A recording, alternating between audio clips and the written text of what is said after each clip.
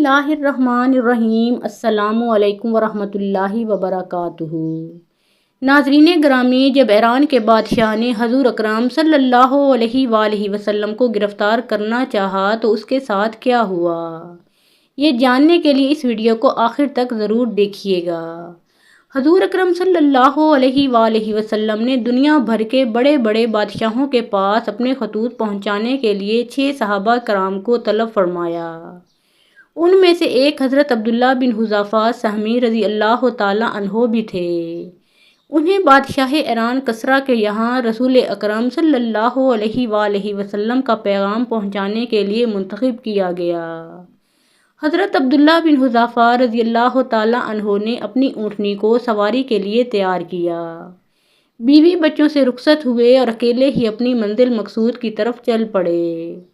وہ راستے کے نشیب و فراز کو طے کرتے اور سفر کی تکلیفوں کو برداشت کرتے ہوئے ایران پہنچے اور درباریوں سے کسریٰ کے ساتھ ملاقات کی خواہش کا اظہار کیا اور ان کو اس خط سے بھی آگاہ کر دیا جسے وہ بادشاہ کے لیے لے کر آئے تھے۔ کسریٰ کو اس کی خبر ہوئی تو اس نے اپنے دربار کو خوب اچھی طرح سجانے کا حکم دیا اور اپنے تمام بڑے بڑے افسروں کو دربار میں حاضری کی ہدایت کی۔ ساری تیاریاں مکمل ہو گئیں تو اس نے حضرت عبداللہ بن حذافہ رضی اللہ تعالی عنہ کو دربار میں طلب کیا۔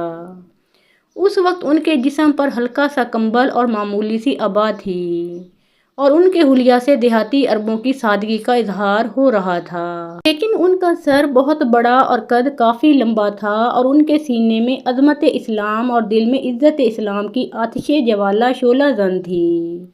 کسریٰ نے ان کو اپنی طرف بڑھتے دیکھا تو ایک درباری کو اشارہ کیا کہ وہ خط ان کے ہاتھ سے لے لے، مگر حضرت عبداللہ رضی اللہ تعالی عنہ نے کہا کہ نہیں، رسول اکرم صلی اللہ علیہ وآلہ وسلم کا حکم ہے کہ میں یہ خط اپنے ہاتھ سے آپ کے حوالے کر دوں اور میں رسول اللہ صلی اللہ علیہ وآلہ وسلم کے حکم کی خلاف ورزی نہیں کر سکتا۔ کسریٰ نے درباریوں سے کہا کہ چھوڑ دو، اس کو میرے پاس آنے دو۔ حضرت عبداللہ رضی اللہ تعالی عنہ نے کسریٰ کے قریب جا کر خط اس کو دے دیا۔ اس نے اپنے عرب سیکرٹری کو بلایا اور اسے اپنے سامنے خط کھولنے اور اس کو پڑھنے کا حکم دیا۔ اس نے خط کھول کر پڑھنا شروع کیا۔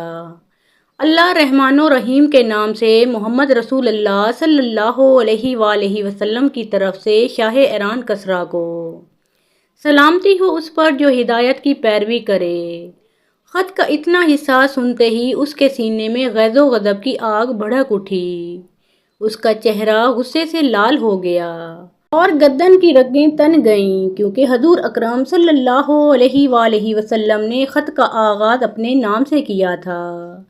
اس نے سیکرٹری کے ہاتھ سے خط جھپٹ لیا اور اس خط کو پڑھے ہی بغیر اسے پرزہ پرزہ کرتے ہوئے چیخ اٹھا، میرا غلام اور مجھے اس طرح خط لکھ رہا ہے۔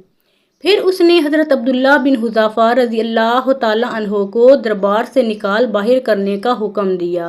چنانچہ حضرت عبداللہ بن حذافہ رضی اللہ تعالی عنہ وہاں سے نکال دیے گئے۔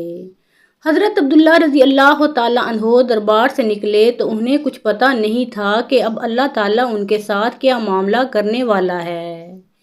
وہ قتل کر دیے جائیں گے یا انہیں آزاد چھوڑ دیا جائے گا۔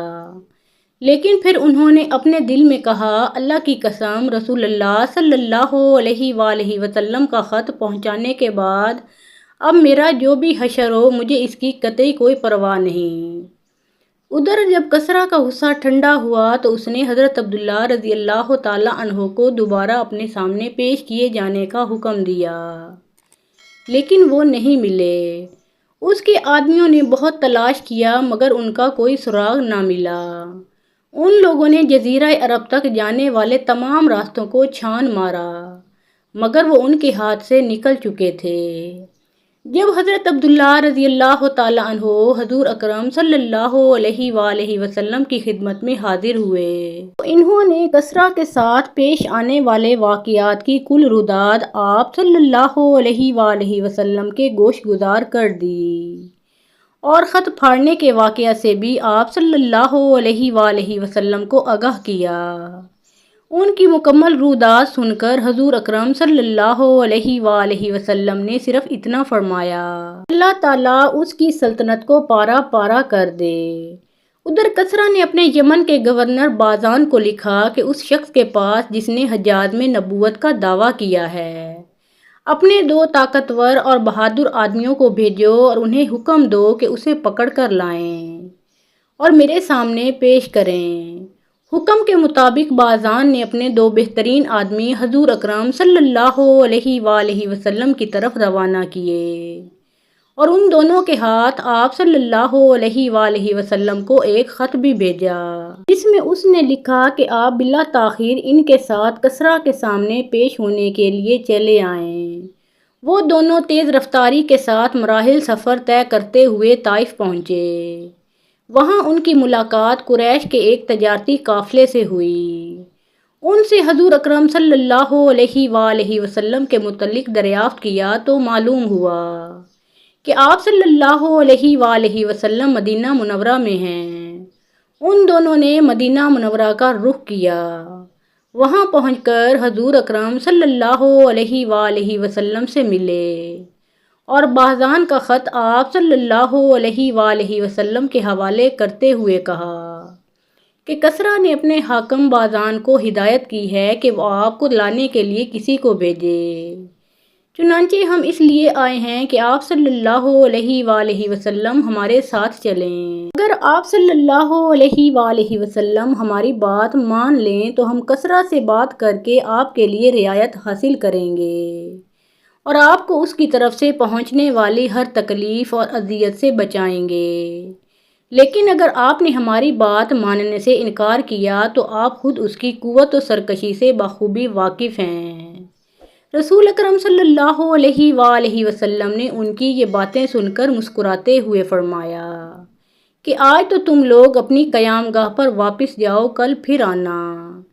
جب دوسرے دن وہ دونوں بارگاہ رسالت صلی اللہ علیہ وآلہ وسلم میں حاضر ہوئے اور پوچھا کہ کیا آپ ہمارے ساتھ چلنے اور کسریٰ سے ملنے کے لیے تیار ہیں؟ تو آپ صلی اللہ علیہ وآلہ وسلم نے جواب دیا کہ آج کے بعد تم کسریٰ سے نہیں مل سکو گے۔ اللہ تعالیٰ نے اس کے بیٹے شیرویہ کو فلاں مہینے کی فلاں رات اس کے اوپر مسلط کر کے اسے ہلاک کر دیا ہے۔ یہ سنا تو ان کے چہروں پر دہشت و حیرانی کے آثار ظاہر ہوئے اور وہ ٹکٹکی باندھ کر آپ صلی اللہ علیہ وآلہ وسلم کی طرف دیکھنے لگے۔ پھر وہ اپنی حیرت پر قابو پاتے ہوئے بولے، جانتے ہیں آپ یہ کیا کہہ رہے ہیں؟ کیا یہ بات ہم بازان کو لکھ دیں؟ آپ صلی اللہ علیہ وآلہ وسلم نے جواب دیا، ہاں، اس کو یہ بھی لکھ دینا کہ میرا دین کسریٰ کی سلطنت کے آخری حدود تک پہنچے گا، اور اسے یہ بھی لکھ دو کہ اگر تم اسلام قبول کر لو تو میں تمہارا یہ سارا زیر حکومت علاقہ تمہیں سپرد کر کے تمہیں تمہاری قوم کا حکمران بنا دوں گا۔ اس کے بعد وہ دونوں آپ صلی اللہ علیہ وآلہ وسلم سے رخصت ہو کر بازان کے پاس پہنچے اور حضور اکرم صلی اللہ علیہ وآلہ وسلم کی دی ہوئی خبر سے اس کو آگاہ کیا۔ بازان نے کہا کہ اگر ان کی یہ بات درست ہے تو یقیناً وہ اللہ کے نبی ہیں، اور اگر ایسا نہیں تو سوچوں گا کہ مجھے ان کے ساتھ کیا رویہ اپنانا چاہیے۔ پھر اس کے کچھ ہی دن کے بعد شیرویہ کا خط بازان کے پاس پہنچا، جس میں اس نے لکھا تھا، میں نے کسریٰ کو قتل کر دیا ہے، میں نے اس کو اپنی قوم کے انتقام میں قتل کیا ہے۔ اس نے ہماری قوم کے اشراف کو قتل کرنا، ان کی عورتوں کو کنیز بنانا اور ان کے مال و دولت کو غصب کرنا اپنا شیوا بنا لیا تھا۔ جب میرا یہ خط تمہارے پاس پہنچے تو اپنے پاس موجود تمام لوگوں سے میری اطاعت و فرمانبرداری کا عہد لے لو۔ بازان نے اس خط کو پڑھتے ہی ایک طرف پھینک کر اپنے اسلام قبول کرنے کا اعلان کر دیا، اور اس کے ساتھ ہی یمن میں رہنے والے سارے ایرانیوں نے اسلام قبول کر لیا۔ ناظرین گرامی، ہم حضور اکرم صلی اللہ علیہ وآلہ وسلم کی بچپن کی کچھ یادیں آپ کی خدمت میں پیش کریں گے۔ حضور اکرم صلی اللہ علیہ وآلہ وسلم کے والد گرامی حضرت عبداللہ آپ صلی اللہ علیہ وآلہ وسلم کی ولادت سے تھوڑا عرصہ پہلے ہی انتقال فرما گئے تھے۔ ولادت کے بعد رضاعت کے لیے آپ صلی اللہ علیہ وآلہ وسلم کو حلیمہ سعدیہ رضی اللہ تعالی عنہا کے سپرد کر دیا گیا، جہاں آپ صلی اللہ علیہ وآلہ وسلم 2 برس تک رہے۔ جب آپ صلی اللہ علیہ وآلہ وسلم کی والدہ حضرت بی بی آمنہ رضی اللہ تعالی عنہا کا انتقال ہو گیا تو آپ صلی اللہ علیہ وآلہ وسلم کے دادا حضرت عبد المطلب آپ صلی اللہ علیہ وآلہ وسلم کی پرورش فرمانے لگے کہ جنہیں آپ صلی اللہ علیہ وآلہ وسلم سے بہت محبت تھی۔ خانہ کعبہ کے سائے میں حضرت عبد المطلب کے لیے ایک تخت بچھایا جاتا تھا۔ حضرت عبد المطلب آ کر اس تخت پر بیٹھ جاتے اور ان کے سارے بیٹے ان کے ارد گرد بیٹھتے۔ ایک روز حضرت عبد المطلب تخت پر بیٹھے ہوئے تھے، ایسے میں ان کے پاس نجران کے عیسائی آ گئے۔ ان میں ایک پادری بھی تھا۔ اس پادری نے حضرت عبد المطلب سے کہا، ہماری کتابوں میں ایک ایسے نبی کی علامات ہیں جو اسماعیل علیہ السلام کی اولاد میں سے ہونا باقی ہے۔ یہ شہر اس کی جائے پیدائش ہوگا، اس کی یہ نشانیاں ہوں گی۔ ابھی یہ بات ہو ہی رہی تھی کہ کوئی شخص آپ صلی اللہ علیہ وآلہ وسلم کو لے کر وہاں آ پہنچا۔ پادری کی نظر جوں ہی آپ صلی اللہ علیہ وآلہ وسلم پر پڑی، وہ چونک اٹھا۔ آپ کی آنکھوں، کمر اور پیروں کو دیکھ کر وہ چلا اٹھا، وہ نبی یہی ہیں، یہ تمہارے کیا لگتے ہیں؟ حضرت عبد المطلب بولے، یہ میرے بیٹے ہیں۔ اس پر وہ پادری بولا، تب یہ وہ نہیں، اس لیے کہ ہماری کتابوں میں لکھا ہے کہ اس کے والد کا انتقال اس کی پیدائش سے پہلے ہو جائے گا۔ یہ سن کر حضرت عبد المطلب بولے، یہ دراصل میرا پوتا ہے، اس کے باپ کا انتقال اس وقت ہو گیا تھا جب یہ پیدا بھی نہیں ہوا تھا۔ اس پر پادری بولا، ہاں یہ بات ہوئی نا، آپ اس کی پوری طرح حفاظت کریں۔ حضرت عبد المطلب کی آپ صلی اللہ علیہ وآلہ وسلم سے محبت کا یہ عالم تھا کہ کھانا کھانے بیٹھتے تو کہتے، میرے بیٹے کو لے آؤ۔ آپ صلی اللہ علیہ وآلہ وسلم تشریف لاتے تو حضرت عبد المطلب آپ کو اپنے پاس بٹھاتے، آپ صلی اللہ علیہ وآلہ وسلم کو اپنے ساتھ کھلاتے۔ قبیلہ لہب کا ایک شخص فال نکالا کرتا تھا۔ جب وہ مکے میں آتا تو قریشی لوگ اپنے لڑکوں کو اس کے پاس لے جاتے تھے، وہ انہیں دیکھ کر ان کی فال نکال دیتا تھا۔ حضرت عبداللہ بن زبیر رضی اللہ تعالی عنہ کہتے ہیں کہ ایک مرتبہ حضرت ابو طالب کے باقی لڑکوں کے ساتھ آپ صلی اللہ علیہ وآلہ وسلم بھی تشریف لے آئے۔ اس فال کو نکالنے والے نے ایک نظر سے آپ صلی اللہ علیہ وآلہ وسلم کو دیکھا، پھر وہ اپنے کام میں مصروف ہو گیا۔ فارغ ہوا تو بولا، اس لڑکے کو میرے پاس لاؤ۔ ابو طالب نے کوئی خوف محسوس کیا اور آپ صلی اللہ علیہ وآلہ وسلم کو اس کے پاس سے ہٹا دیا۔ اس پر وہ بولا، اس لڑکے کو میرے پاس لاؤ جسے میں نے ابھی دیکھا تھا، اللہ کی قسم اس لڑکے کی شان ضرور عظیم ہوگی۔ ابو طالب فوراً آپ صلی اللہ علیہ وآلہ وسلم کو وہاں سے لے کر چل دیے۔ ایک مرتبہ مکے میں بارش نہیں ہو رہی تھی۔ بارش نہ ہونے کی وجہ سے لوگ بہت پریشان تھے۔ کوئی کہتا لات و عزیٰ کے پاس چلو، کوئی کہتا منات کے پاس چلو۔ اس پر ایک خوبصورت اور سمجھدار قسم کے آدمی نے کہا، تم کہاں بھٹک رہے ہو، حالانکہ تم میں حضرت ابراہیم علیہ السلام اور حضرت اسماعیل علیہ السلام کی نشانی موجود ہے۔ یہ سن کر لوگوں نے کہا، کیا آپ کا اشارہ ابو طالب کی طرف ہے؟ تو اس نے فوراً کہا، ہاں۔ وہ سب کھڑے ہو گئے اور حضرت ابو طالب کے دروازے پر آئے۔ ابو طالب باہر نکلے تو لوگوں نے ان سے کہا، وادی میں قحط پڑا ہے، بچے ہلاک ہو گئے، آئیں بارش کی دعا کریں۔ ابو طالب ان کے ساتھ چلے۔ اس وقت حضور اکرم صلی اللہ علیہ وآلہ وسلم ان کی انگلی پکڑے ساتھ چل رہے تھے اور آپ صلی اللہ علیہ وآلہ وسلم چھوٹے سے بچے تھے۔ جب خانہ کعبہ کے پاس پہنچے تو حضرت ابو طالب نے آپ صلی اللہ علیہ وآلہ وسلم کی انگلی پکڑ کر آسمان کی طرف اٹھا دی۔ اس وقت آسمان میں بادل کا کوئی ٹکڑا نہیں تھا، یعنی بارش ہونے کے کوئی آثار نہیں تھے، لیکن یوں ہی آپ صلی اللہ علیہ وآلہ وسلم کی انگلی اوپر اٹھی، بادل ادھر ادھر سے آ کر جمع ہونے لگے اور پھر بارش شروع ہو گئی۔ شہر اور دیہات سب کے سب سیراب ہو گئے۔ اعلان نبوت کے بعد جب قریش آپ صلی اللہ علیہ وآلہ وسلم کو ستانے لگے تو ایک مرتبہ ابو طالب نے ان سب سے اشعار کی صورت میں یہ بات بھی کہی، تم انہیں ستاتے ہو، یہ تو روشن چہرے والے ہیں، ان کے چہرے کا واسطہ دے کر تو بارش طلب کی جاتی ہے، یہ تو یتیموں کے فریاد رس ہیں، بیواؤں کے محافظ ہیں، آل ہاشم کے ضرورت مند انہی کا دامن پکڑتے ہیں اور ایسا کرنے کی وجہ سے نعمتیں اور عزت پاتے ہیں۔ حجت اللہ علی العالمین۔ ایک مرتبہ حضور اکرم صلی اللہ علیہ وآلہ وسلم کے دادا حضرت عبد المطلب کا اونٹ گم ہو گیا۔ انہوں نے آپ صلی اللہ علیہ وآلہ وسلم کو اونٹ کی تلاش میں بھیجا۔ آپ صلی اللہ علیہ وآلہ وسلم کو واپس آنے میں کچھ دیر ہو گئی۔ حضرت عبد المطلب پریشانی کے عالم میں بیت اللہ کا طواف کرنے لگے اور یوں کہنے لگے، اے رب، میرے محمد صلی اللہ علیہ وآلہ وسلم کو میری طرف لوٹا دیجئے، مجھ پر احسان کیجئے، اب انہیں لوٹا دیجئے۔ ایک شخص نے ان کے بارے میں کسی سے پوچھا، یہ کون صاحب ہیں اور یہ کیا کر رہے ہیں؟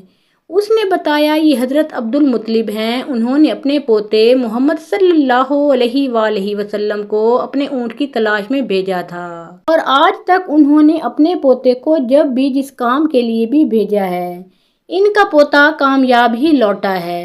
آج انہیں آنے میں ذرا دیر ہو گئی تو یہ ان الفاظ میں دعا مانگ رہے ہیں۔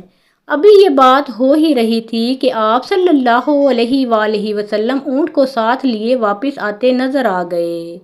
ایک مرتبہ آپ صلی اللہ علیہ وآلہ وسلم نے اپنے چچا زبیر کے ساتھ یمن کا سفر کیا۔ اس وقت آپ صلی اللہ علیہ وآلہ وسلم کی عمر 10 سال سے کچھ زیادہ تھی۔ راستے میں ایک وادی آ گئی، وہاں ایک بہت طاقتور اور مست اونٹ کھڑا نظر آیا۔ اس کے ڈر سے لوگ دونوں طرف رک گئے تھے، اس کے پاس سے گزر نہیں رہے تھے۔ آپ صلی اللہ علیہ وآلہ وسلم اس اونٹ سے ذرا بھی نہ ڈرے، اس کے نزدیک چلے گئے۔ اونٹ نے جو آپ کو دیکھا تو بیٹھ گیا اور اپنا سینہ زمین پر رگڑنے لگا۔ آپ صلی اللہ علیہ وآلہ وسلم اپنے اونٹ سے اتر کر اس پر سوار ہو گئے، یہاں تک کہ اس وادی کو پار کر گئے، تب کہیں جا کر آپ صلی اللہ علیہ وآلہ وسلم نے اسے چھوڑا۔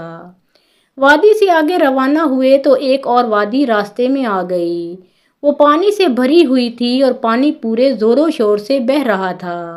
اس پانی کی وجہ سے لوگ رکے ہوئے تھے۔ یہ دیکھ کر آپ صلی اللہ علیہ وآلہ وسلم نے فرمایا، میرے پیچھے آؤ۔ یہ کہہ کر آپ صلی اللہ علیہ وآلہ وسلم اس وادی میں داخل ہو گئے۔ اب کہاں تو پانی زور و شور سے بہہ رہا تھا، کہاں آپ صلی اللہ علیہ وآلہ وسلم کے اس میں داخل ہوتے ہی پانی خشک ہو گیا۔ اللہ تعالیٰ نے اس پانی کو گویا ہوا کی طرح اڑا دیا اور لوگوں نے آسانی سے وادی پار کر لی۔ مکہ واپس پہنچ کر لوگوں نے یہ دونوں واقعے حیرت زدہ انداز میں بیان کیے اور آپس میں کہنے لگے، اس بچے کی عجیب شان ہے۔ حجت اللہ علی العالمین۔ محترم ناظرین، پیارے آقا محمد مصطفیٰ صلی اللہ علیہ وآلہ وسلم کا پیارا نام ایک بار کامنٹ سیکشن میں ضرور لکھیں۔